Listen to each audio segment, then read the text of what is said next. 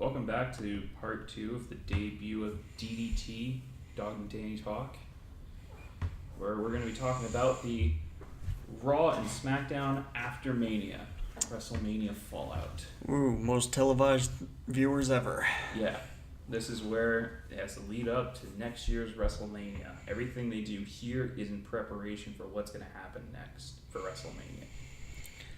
I'd like to start this episode off by just asking you, Danny. Hmm? What show's better?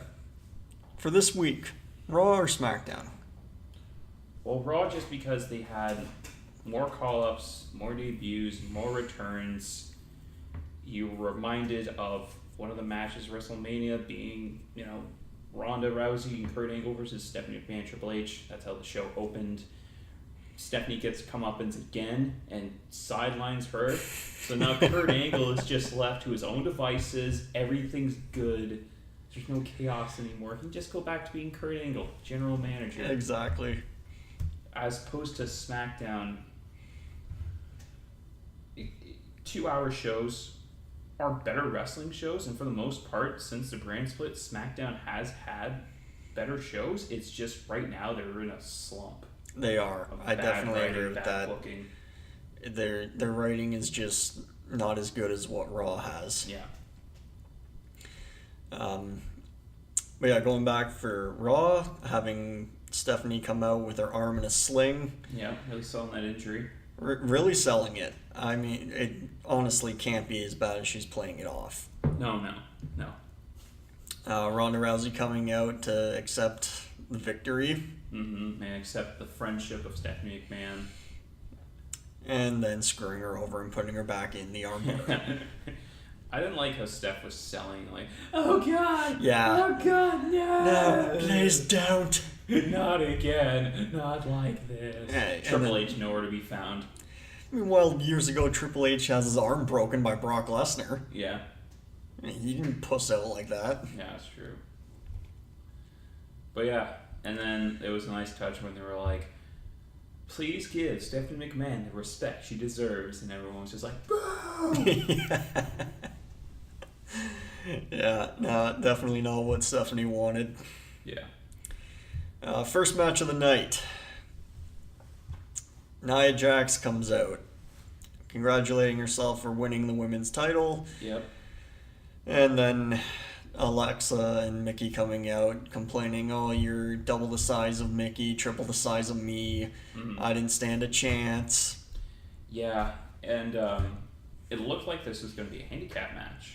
That's what I thought it was going to be. Yeah, and then out of nowhere... First debut of the night. Yeah, the call-up, former NXT Women's Champion, Ember Moon. Ember Moon. Which, I don't get what the writers are thinking here. You have a long friendship and collision with Nia and Alexa, having like the 6-footer with the 5-footer, being friends and going on tours all together and all that, only for it to be destroyed with the title match, and then have Nia team up with another 5-foot person. Like, I don't understand why they figured that's a good idea. Well, granted, in real life, they're actually really good friends, which is... But they have been playing it off good with Nia Jax not traveling with Alexa. Yeah. Gotta keep that kayfabe.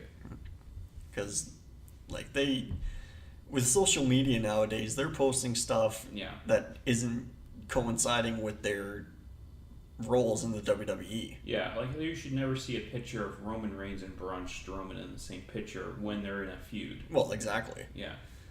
But no, we saw the debut of Ember Moon, got to see what she's about, and commentating, like, thing about NXT call-ups is, like, commentary really have to, like, upsell that these guys are elite wrestlers, homegrown talent, forces to be reckoned with. Meanwhile, Corey Graves is having the time of his life. Corey Graves is just sitting there chilling. He was on point with the whole week. And yeah, so match was a tag team match. Nia Jax, Ember Moon versus Alexis Mickey James. Ember Moon gets the victory with her top rope stunner on Alexa Bliss. Yeah, that was... It's a sick finisher. It is very it's sick. Better than John Cena's springboard stunner. Which isn't really an effective That's move. not even a finisher. That's just a move. Yeah. Makes Stone Cold angry. Yeah, really.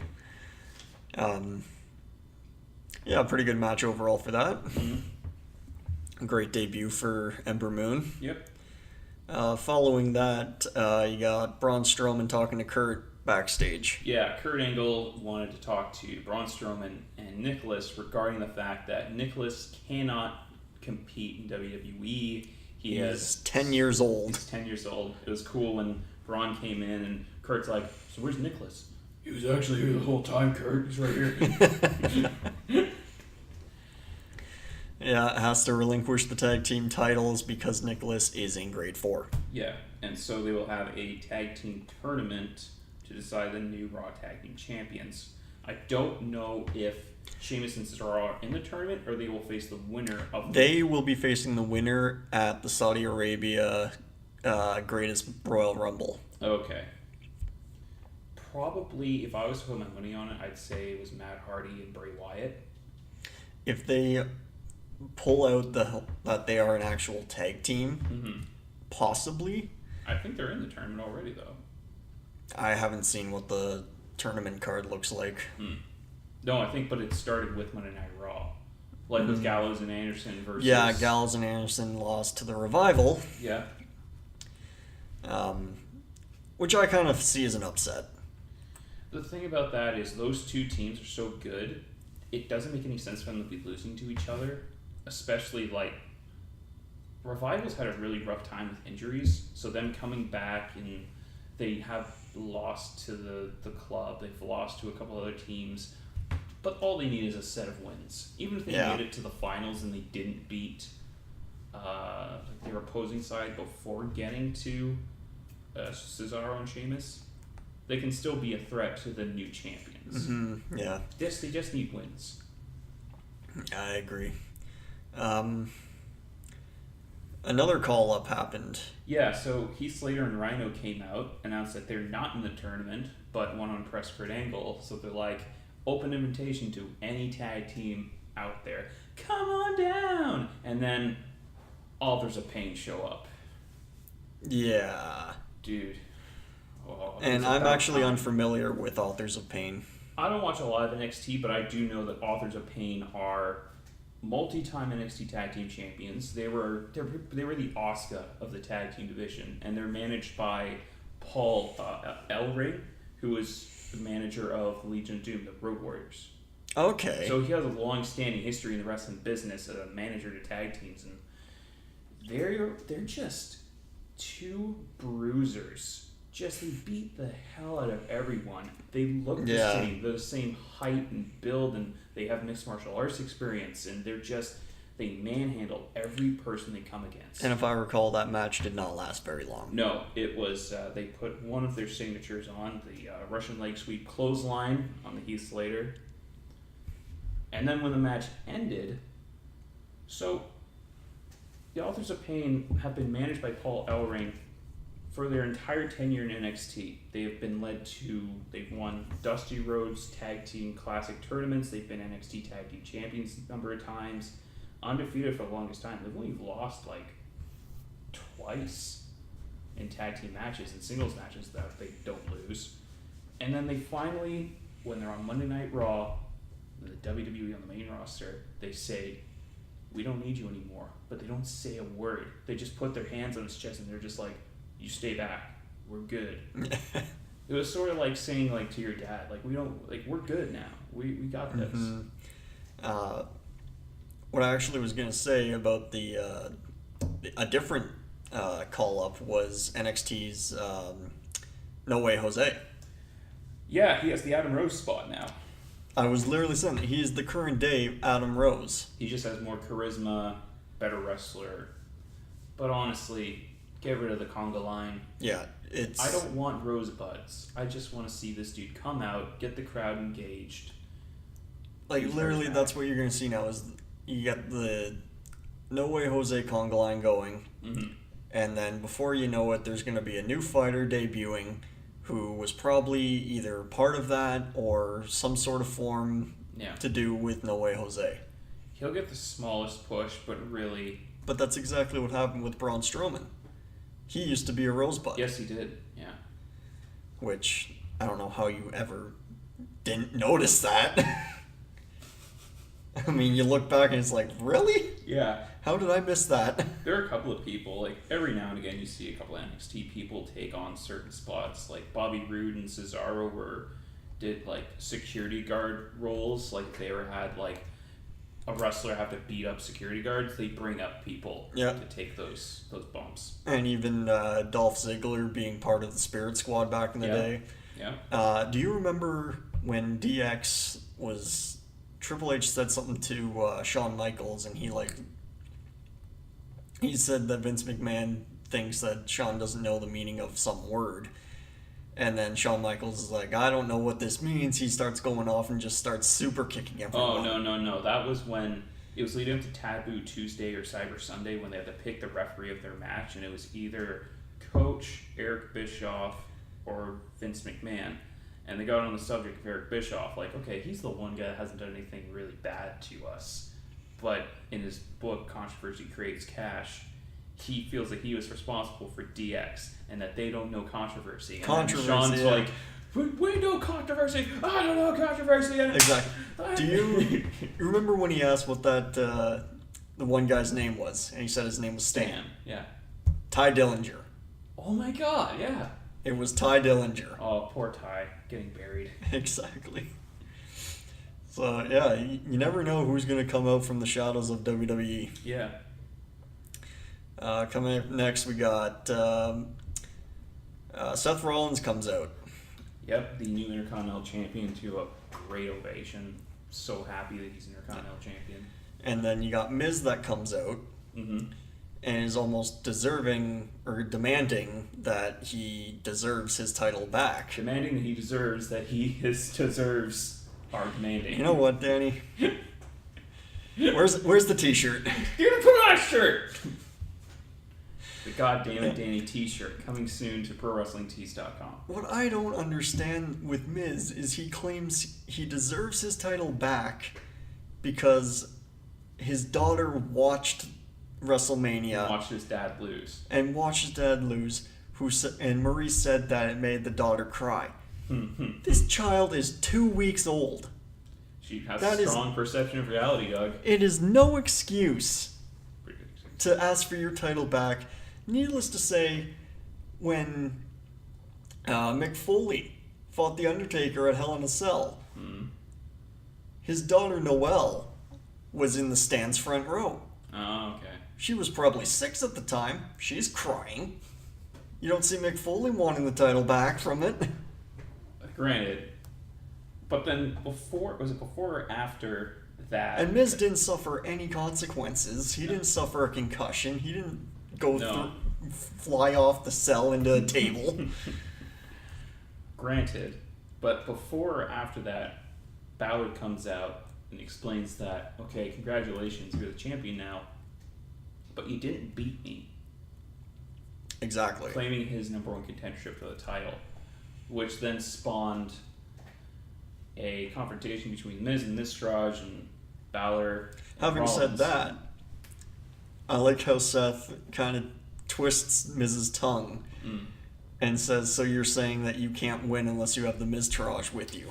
Ooh, that's right, yeah. I got a good kick out of that. Mistake. I got a good kick out of that. Trying to beat the better man. Bites him in the ass. So, yeah. And then saying that the Miz-Taraj can defeat anyone, even take him on with just Finn Balor and Seth Rollins. Yeah. Which is where the newest return comes back. Jeff Hardy comes back. Spoiler from our last episode. Yeah. Danny. Hey. Yeah, Jeff Hardy's back. Looks good. Especially after his DUI that happened pretty recently. Yeah. So hopefully he stays on the straight and narrow. And maybe he gets drafted to SmackDown. Maybe. I can't see it happening. If he's going to SmackDown, then you gotta keep the Hardys close by.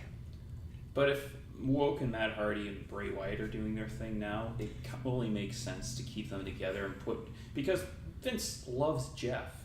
He doesn't like Matt. He tolerates And that's Matt. the thing. That's just the thing, though. Like, when they're a tag team, the crowd loves both of them. When they're in singles action, they don't care about Matt. Yeah. And that's why he left. But, I mean, like, I don't think that they can just boot Jeff Hardy onto SmackDown. Well, so after that, they go backstage, and then Bray Wyatt calls Jeff Hardy Brother Nero. Yep. So First time you hear Brother Nero in WWE. Yep. So it is possible that we'll get Brother Nero at some point. And we could have, or we saw him already at the Lake and Reincarnation. Mm-hmm. During the final deletion. Ultimate deletion. Ultimate deletion, right. Which that was a great match as well. Yeah. Not as good as the first one. Like the first final deletion of the Hardy Compound, that is the best one. Well, you can't beat what's already perfection. Yeah. But yeah, when there was the one thing that they could have used better was just have fireworks again. And just have like so many different things happen as like they did the last time. But I mean, you got the mower of lawn. Mower of lawn, chair of wheels. Wonderful. Yeah, overall that was a good match too. Yeah. Sasha and Bayley still feuding. Yeah, they still like each other. I just want them to have a main event match. It wouldn't surprise me if they somehow put Sasha and Bayley in the main event of SummerSlam. If this goes on till SummerSlam, that's going to get old.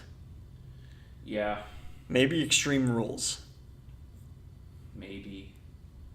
I don't know what the pay-per-view lineup is like. I know Backlash is the next pay-per-view. Yeah. But what... Maybe Money in the Bank? Maybe like a pay-per-view before Money in the Bank? Mm-hmm. Yeah, it's unknown of when this feud's going to either just collide down or they go to different shows. Or, that would be good. That could be a mix-up. Backlash, loser leaves town match. Loser goes to SmackDown. Loser goes to SmackDown. That could work. Could work. That'd I be... know it would work. It's just nobody Oh, wants to sorry. Danny knows everything. I don't get paid to give my opinion of Vince McMahon and be like, oh, that's a great idea. Hire him. Make him a writer. Can I be on 205 Live? Nope, you're going to Raw. Writing for Roman. So yeah, that could be a nice possibility. Match between Mandy Rose and who was it again? Was it Sasha? Right, it was Sasha. Okay, so another Absolution. Absolution, Sasha or Bayley. Yeah. Right, Bayley was at ringside for Sasha. Was she in commentary? She wasn't on commentary, she was just in Sasha's corner. That's a wasted opportunity. It is. Like, if you're having these long-standing feuds, you need to know character motivation. Yeah. And that's what actually continued the feud between Bayley and Sasha, as Bayley ended up punching Sasha in the face, costing her the match. Sounds about right. Yeah. At which we hear devastating news of Paige retiring from in-ring action. Yeah, she had her retirement speech. This has been coming for a while. She got injured prior to the first Women's Royal Rumble, wasn't medically cleared. She did something on like Raw Fallout where she said, I'm injured at the moment, I can't wrestle at the Women's first Royal Rumble. Yeah. It's uncertain. Well, she's just had neck injuries and yeah, falling outs with WWE in general, which is why she wasn't on for about a year and a half. Yeah, she was gone for almost 2 years, and then to come back, do Absolution, and then this happens at a live event. Yeah. It is bad for her, but hopefully, like, she has a She has a store. She has a clothing store of her own in Florida, I think. Yeah. So hopefully she can find something outside of wrestling to make her happy. But it was great that she's retiring in the arena where she debuted 4 years prior. Yeah. The same arena that we have seen so many trailers for the Paige movie, Fighting for My Family. Oh my God, they played that how many times? They played it during the kickoff. They played it during WrestleMania. They played it for Raw. It keeps coming. You gotta keep reminding us that The Rock's behind this movie, and Paige. Hey, remember Paige? She's in this movie, sort of. It doesn't matter what your names are. That was good, but I've seen the trailer too many times. It is, yeah. It's losing its luster. Yeah, you can only see it so many times. Yeah. But having said that, to have Paige be announced as the new GM for SmackDown the next night. Yeah, good for her. She's under contract till 2019, so they need something to occupy. Yeah, so we're not done seeing Paige yet, thankfully. Yep. Another callback. The return of Bobby Lashley. Oh, I'm so happy. This is all I wanted for Christmas. Yeah. Better Brock Lesnar. Yeah. So it comes out to Elias. Elias does his thing with his song. Shows up. There wasn't really a good crowd reaction for it because when Bobby Lashley was around, he was around like late 2005 to 2006, almost 2007. Mm-hmm. And it's not that he didn't do a lot. It's just he was ECW champion, United States champion. He went into WrestleMania in Donald Trump's corner in the Battle of the Billionaires. That was a great match. Yeah. His feud with Umaga. Oh, that was great. That was wonderful. Yeah. If it had just been champion versus champion, no Battle of the Billionaires, it still would have been a great match. Yeah. But the fact that it was in that big of a situation gave Bobby Lashley credibility. Yeah. He's been gone from WWE for literally, I think it's been 10 years. Close enough too, anyway. He's been bouncing back between TNA and Bellator. He was doing active wrestler, active mixed martial artist. Pretty sure his record is 13-1-1. Wow. Yeah. That's a good record. He's done... so Brock Lesnar's record is 5-4-1. The one being the no contest fight with Mike Hunt. So he's done more mixed martial arts fights than Brock, has a better wrestling record than Brock, is the same kind of collegiate wrestler, like renowned collegiate wrestler as Brock, and people like him, and he's a brick shithouse. He gives a neckbreaker to Elias and then holds him up with a delayed vertical suplex, but it's long. He lets his arm down slower, taunts the crowd, come on, make some more noise, and then he does a little turn. I thought he was going to go for a jackhammer. That's what I thought too. That would have been great. I was like, he's never done jackhammers. Yeah. Yeah, great to see him back. Yeah. It'd be interesting to see if he does stay on Raw and they do stay the course of setting up a match with him and Brock at SummerSlam. Mm-hmm. Or if they don't want to do that route, put him on SmackDown. SmackDown needs big names. Yeah. No, literally SmackDown is just... It's a B show. It's the B show because it's 2 hours and they don't have the talent that they need to provide to become an A show. But that's the thing. You can build, if you have AJ Styles, Shinsuke Nakamura, Bobby Roode, Randy Orton, you can build around those talents, especially if you have the New Day and the Usos. Build around those talents. Better yet, Charlotte. Build around her. Yeah. So after Bobby Lashley debuts, what happens? After Lashley debuts, they go backstage where Kurt Angle is standing back there, and Owens and Zayn pop by. Okay, yeah, this is where the internet exploded. This is what made my night. Yeah. To hear that, what Kurt said to them. So to set this up, following the results of WrestleMania, Zayn and Owens lost to Daniel Bryan and Shane McMahon. They are fired permanently from SmackDown. They go into Raw seeking a job. Kurt then looks at them and is like, guys, my tag team division is stacked. But I hear TNA is hiring. Following the loudest pop I've ever heard on a Monday Night Raw ever.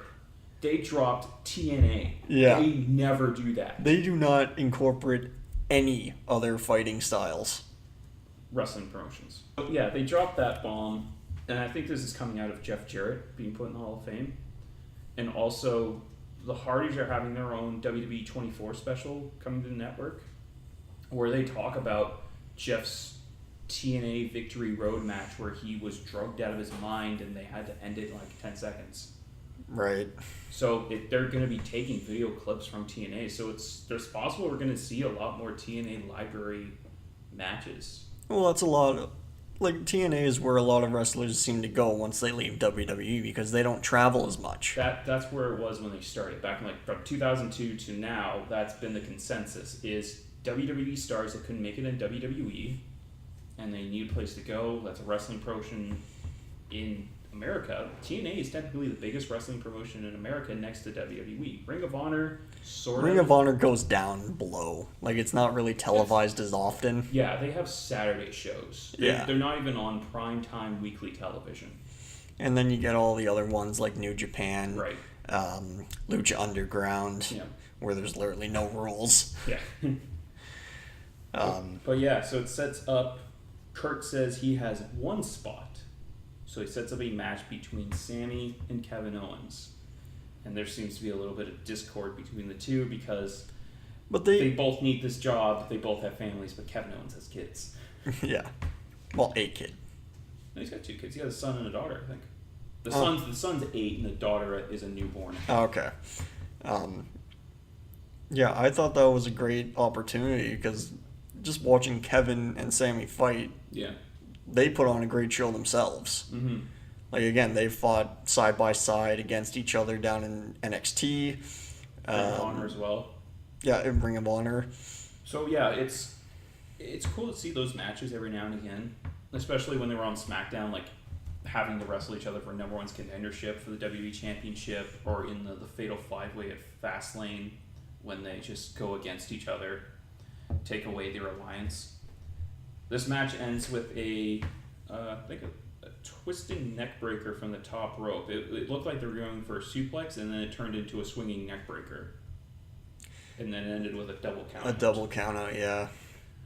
I kind of wish they went with Kevin Owens and then send Sami Zayn to 205 Live. I think they'll do another thing like this for 205 Live anyway, and then like Dave Maverick is his name, the general manager for 205 Live. He's going to be like, Kevin, you're too fat. I'm not too fat. I'm 205. And then Zayn's looking at him like, no, you're not. Why are we here? Well, that's basically saying back with Enzo Amore being 205 Live. Yeah.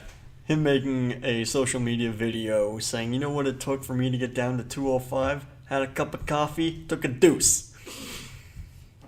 I think Sami Zayn's 215, so like he could lose another 10 pounds and like compete in the division, but I don't know if that would interest He would him dominate everyone. Well, yeah, they need he would be the biggest heel on that show. The majority of 205 is like 180. Yeah. Like, no one's right up at the bar of 205. Mm-hmm. So it'll be interesting to see what happens next. Maybe they go down to NXT and just... They're not going to go back to NXT. No, not like be like NXT call-ups or anything, but just be like, just go there and have a couple of matches just so they can fill time. And then somehow get back on SmackDown. Yeah, you never know what's going to happen. Yeah. We got Roman Reigns coming out again. This is the weirdest promo I've ever heard because he went without saying that when he showed up the arena, he knew he was going to win, but then nobody looked him in the eye. Vince wouldn't make the conscious effort of going to him. He had to find out on the internet that Brock Lesnar re-signed with the WWE, and he was facing him at the Greatest Royal Rumble in Saudi Arabia in a steel cage match for the Universal title. Yeah.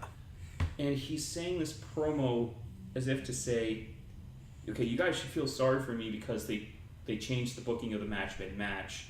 You should feel sorry for me that I had to wrestle Brock Lesnar in this crappy match. And you feel sorry for me that again, Brock isn't here. I can't just challenge him for the title tonight. And then he says, okay, keep putting me up against Brock Lesnar. Yeah. It will end with me becoming Universal Champion. How many times has he fought Brock Lesnar? Once at 31. The next year after that, he faced him for number 1 contendership with Dean Ambrose. Right. It was that triple threat match. And then the fatal 4-way that they had at SummerSlam with Joe and Strowman. And then most recently at WrestleMania. So 4 times. 4 times, and he always gets his ass kicked.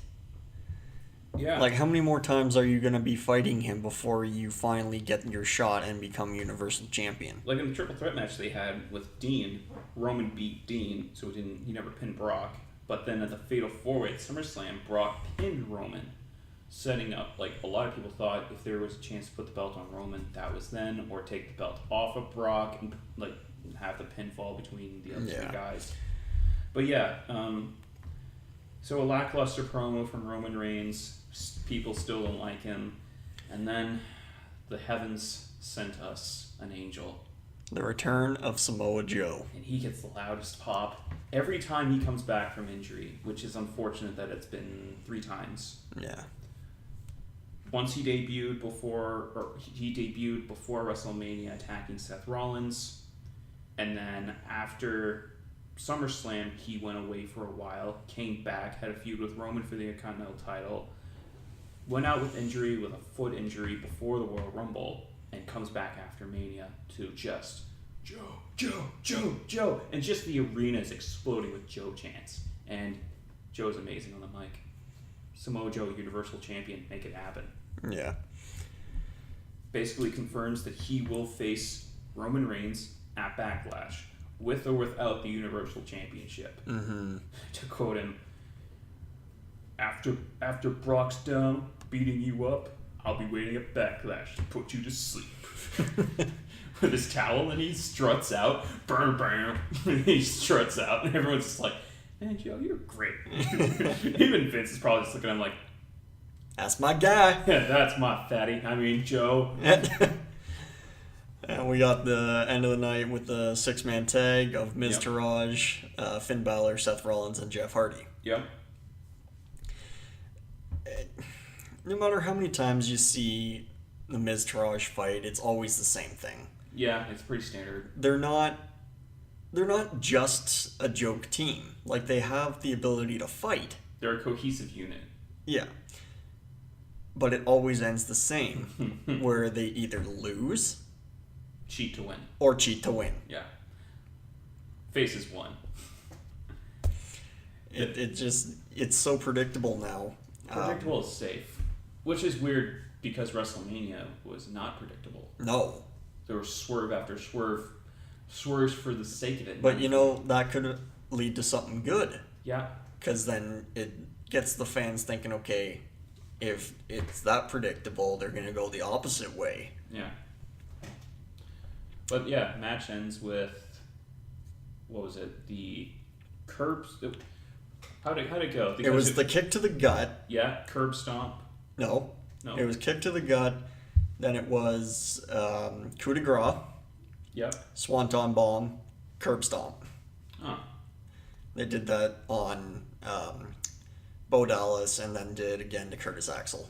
They didn't do it again to Miz? I think Miz ran away like a little bitch.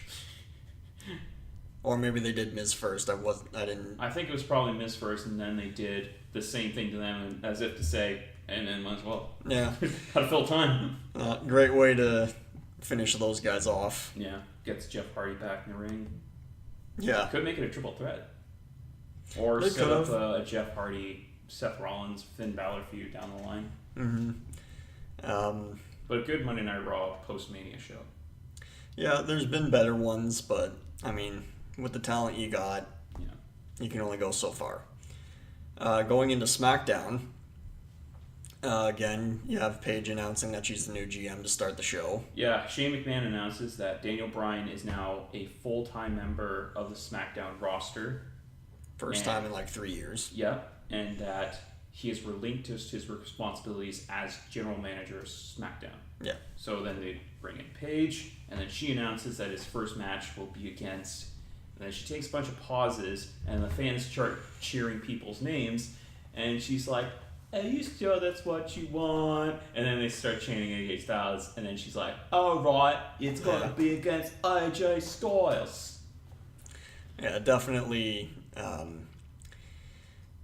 definitely a good role for her right now. Yeah. And then hopefully Shane gets out of the way, lets her do her thing, and then Shane, copes with his diverticulitis, staph infection, stomach, etc., etc. His tummy issues. Yeah. He got hit in the tum-tum.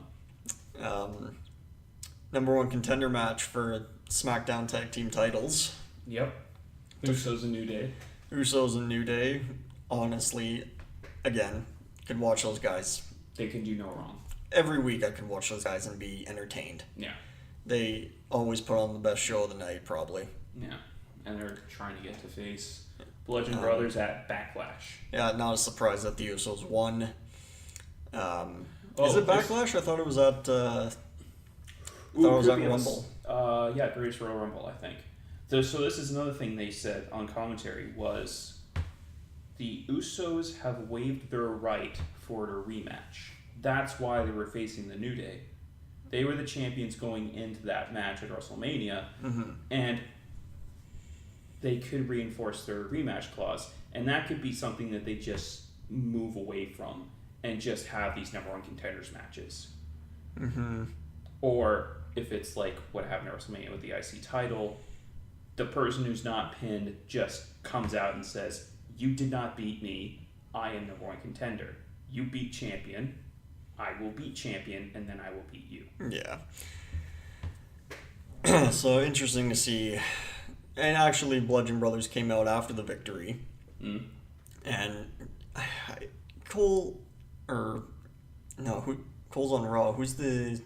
It's Corey Graves, Tom Phillips, and Byron Saxton. Tom Phillips makes the stupid comment where the Bludgeon Brothers are holding out their mallets with like a straight arm. And Tom Phillips is like, these guys are like super strong. They must be holding up 35 pounds right there. It's like, the thing's going to be plastic at anything. Yeah. You can't hold a 35-pound mallet with a straight arm for more than 10 seconds or something. Maybe Elias could. Elias is pretty jacked. No matter how jacked you are, you're not going to be just being able to hold it up without your arm at least shaking. Yeah. Like, it's not possible. So it can't be 35 pounds. I'm sorry, Tom Phillips. I'm not sorry at all. Sorry, not sorry. Put it on a shirt. New shirt, DDT. We got Naomi versus Natalya. So the winner of the first Women's Battle Royal, this groundbreaking achievement that was on the pre-show, is now going to face Natalya. Great. Yeah. Well, I mean, she's a veteran. Yeah, but I get that. The thing about Andre the Giant World Battle Royal that's always bugged me is the winner of that Battle Royal should just come out and flat out say on the kickoff panel or backstage or just come out in the ring with a microphone, cut a promo saying, I won the Battle Royal. I declare number one contendership for a title of my choosing. That's what they really should be doing. Like Cesaro, it took him a couple of months when he first won it just to get a U.S. title shot. Yeah. Baron Corbin, what did he do for a year? Nothing. And who's it doesn't guarantee anything. Big Show, he didn't do anything with it either. Well, it's not to do anything. Yeah. It's not to do anything. It's just you won a Battle Royal. Yeah. So maybe they can rectify that with Matt Hardy winning it. Yeah, maybe. Yeah. I actually didn't see the end of the match of Naomi and Natalya. Naomi probably went over. Makes sense. Yeah. Do we get this next thing is in this when we got Charlotte coming out? Yeah, we got Charlotte coming out and congratulating Asuka for a well-fought match. Only to see more NXT call-ups of Peyton Royce and Billie Kay. The Iconic duo being repackaged as the Iconics. This meaning that there could be a third member somewhere down the line, which is fine. Have a 3-man women's team or 3 women's team. But yeah, so in NXT, these two were never women's champion, but they were always like these two that were like lurking in the background, like we benefit each other. So if you face one of us, you face both of us. Yeah. There was a match that was a fatal 4-way. It was Asuka versus Peyton Royce, Billie Kay, and Nikki Cross of Sanity. And like leading up to that match, it was just a bunch of chaos because it was, everybody's attacking everybody. William Regal goes up to Asuka and he's like, "Who do you want to face at the next NXT pay-per-view event?" Asuka. All of them! But yeah, seeing them on SmackDown is good. It's a good show for them to be on. They just make fun of Charlotte for 5 minutes. You want to thank everyone. You want to thank the air. Yeah. And then they attack her. Beat the crap out of her. Beat the living crap out of her. And then they do like a sort of like a back suplex, but into a power bomb outside, sort of like what the Shield do. Yeah. But outside the ring. Yeah. Not into an announce table. Yeah, no. And then the moment everyone was questioning when is ever going to happen, Yeah. Carmella cashing in. Yeah, and led to one of the funniest things I've seen is she gets to the ring. So people are referees are taking Billie Kay and Peyton Royce to the back. Carmella comes out. She drags one of the referees with her. Yeah. Throws, they get in the ring, and she's like, "I'm cashing in right now! Cashing in! Do it now! So, but the referee's looking at her like he's never seen a Money in the Bank briefcase. Yeah, that's He's so like, funny. What is this thing? What do you want me to do? I mean, if this is what we're doing, I guess I have to. Are you sure this is legal? Yeah, the funniest moment of the night there. And then she just straight up kicks Charlotte in the face. 1, 2, 3, new women's champion. Yeah. So good for her. She finally got it. It's a shame that James Ellsworth couldn't be there with her. James Ellsworth was the worst. I'm sorry. He was a waste of talent. I just think that sometimes bad wrestling is good. Which leads into the new United States champion, Jinder Mahal. He's so bad, he's good. No, he's not. But he was at commentary for the number 1 contenders match, featuring the 3 guys he beat for that title. Rusev, Bobby Roode, and Orton. Yep, and he was on commentary, and he had his own chair, he had his own rug, he had one of the 2 Singh brothers. Corey Graves made a comment of, "I'm scared to move because I don't want to step on this carpet. It's not mine." Of course, Jinder had to have his own carpet. His own carpet, his Punjabi heritage carpet in his attire, but holy crap, dude, he looks great in a suit. Doesn't defeat the fact that he's not a good wrestler. But as far as when he was WWE champion for 150 days versus when he's United States champion, I think they should have just put the U.S. title on him rather than the WWE title, because this is what we were supposed to get last year. No, I definitely would have preferred that. Yeah, to build up Jinder rather than just throw him into water and expect him to swim. Yeah. And to have that match end up bringing back the old rivalry of Orton and Jinder Mahal. I saw a great gif of the Orton Mahal match that's coming. It's Mr. Krabs from SpongeBob. He's sitting at his breakfast table, and his wife, who's a whale, grabs... That was his daughter. Yeah. You said wife. Right. His daughter is a whale. Yeah. So she comes... Oh, she's doing the best she can. T-shirt. Put on a shirt. She comes up like, "Okay, Dad, time to take your pill," and it's labeled Randy Orton versus Jinder Mahal, and he's like, "Barnacles, I hate the pill." She puts it in horizontal, and he's swallowing it, and it's just like a rock in an empty barrel, just. Jeez. That's what we're getting at Backlash. Randy Orton beat. Did he pin Rude or Rusev? He pinned Rude. Okay. So, Bobby Roode's having a bit of a rough go on the main roster. Yeah, he's not getting the matches. Rusev is also having a rough go. It's possible that he asked for his release.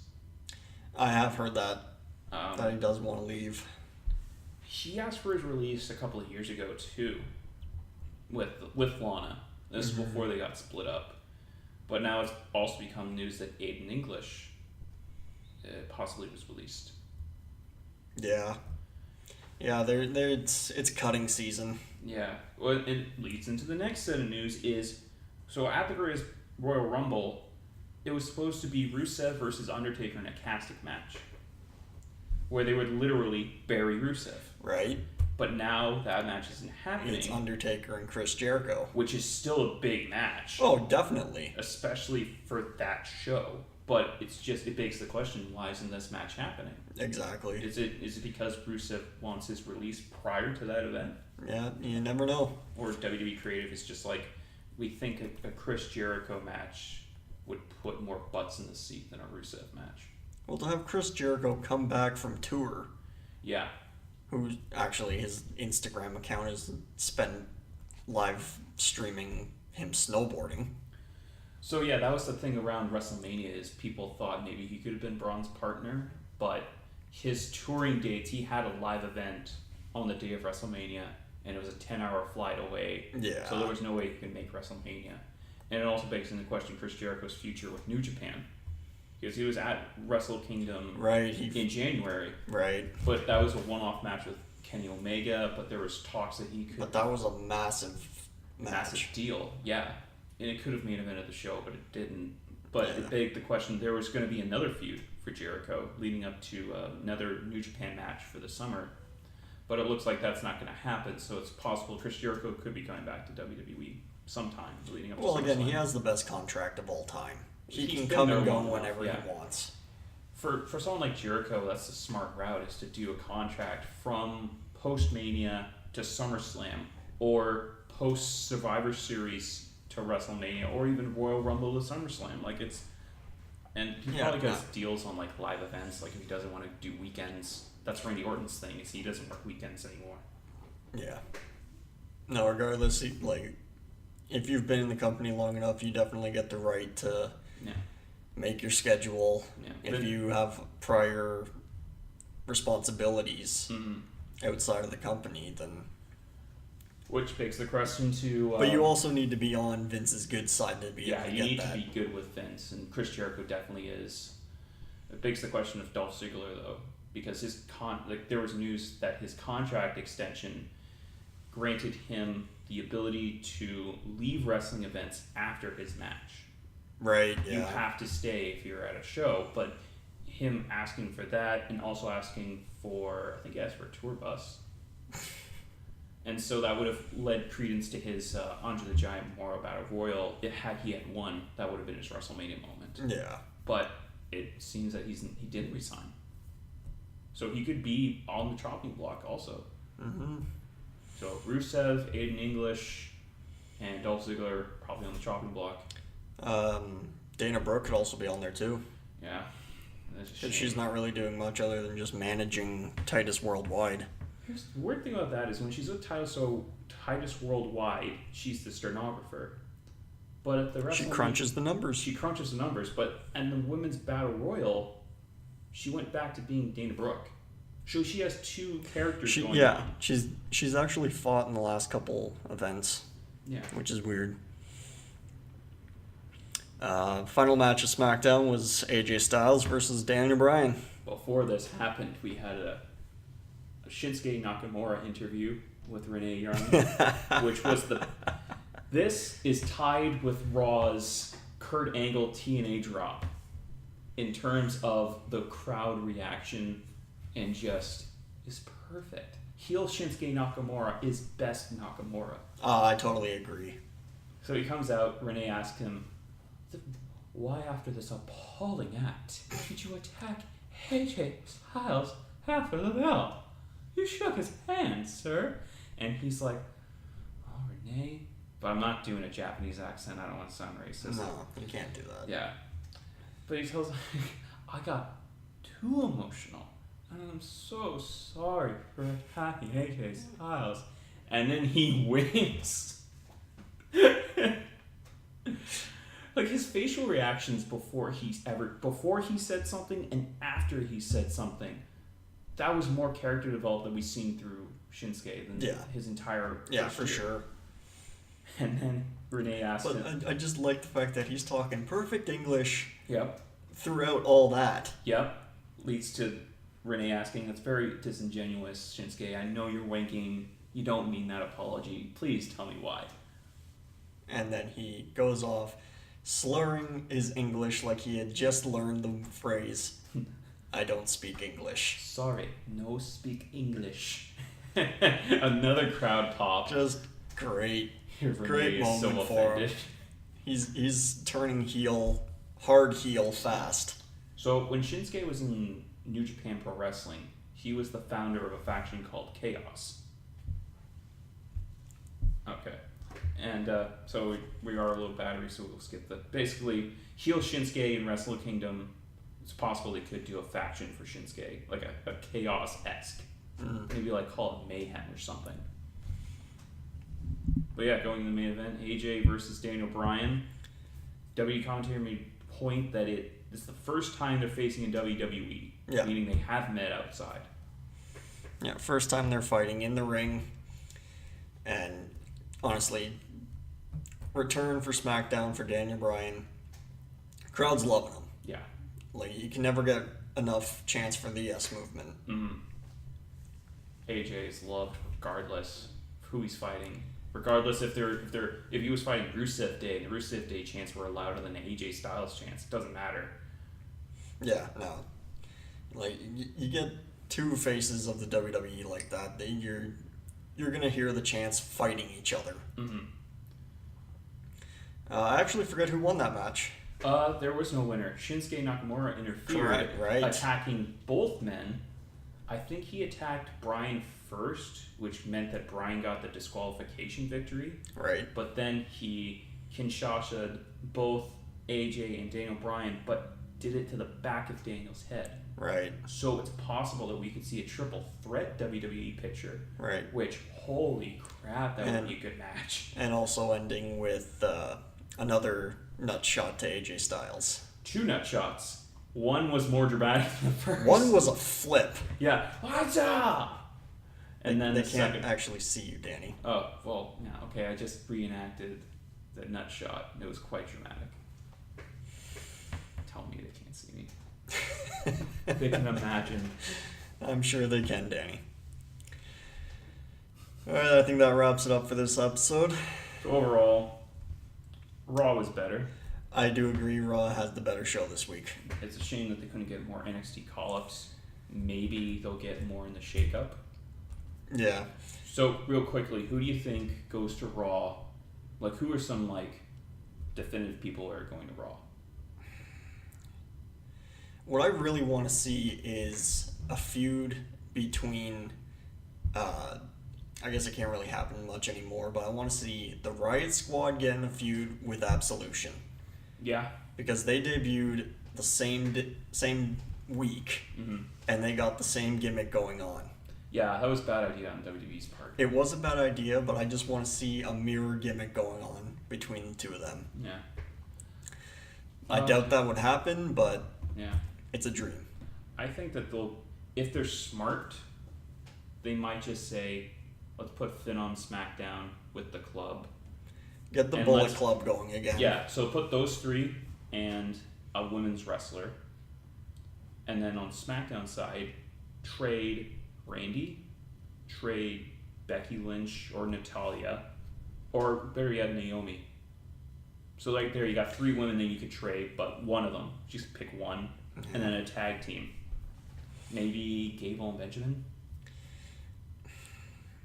I can't see them doing much good on Raw. Besides Jason Jordan coming back and maybe turning Jason Jordan heel and being like, I was never your son, Dad. They never should have broken up American Alpha. No, it was a horrible idea. They should have said both of them were their sons. That would have been hilarious. Oh, God. Chad Gable looks like Kurt Angle. He's just shorter, but he's still an amazing wrestler. Jason Jordan would be like, listen, Kurt, it's going to sound weird. We're both their sons. We're both bald, dude. Look at our singlets. Oh, yeah. Oh, yeah.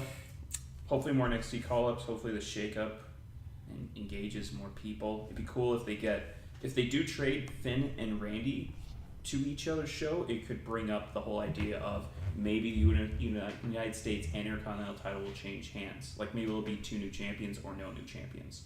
But it still makes that drama heightened. Yeah, hopefully the shakeup can bring some better talent to SmackDown, get them a little higher up in the winning card position. Just fit in the club. That's it. That's all I want. Or Bobby Lashley on SmackDown. Yeah. Do you have any shake-up predictions or NXT call-ups or feuds? Leave it in the comments. Doug Devins. Danny Howard. DDT. This has been Doug and Danny Talk.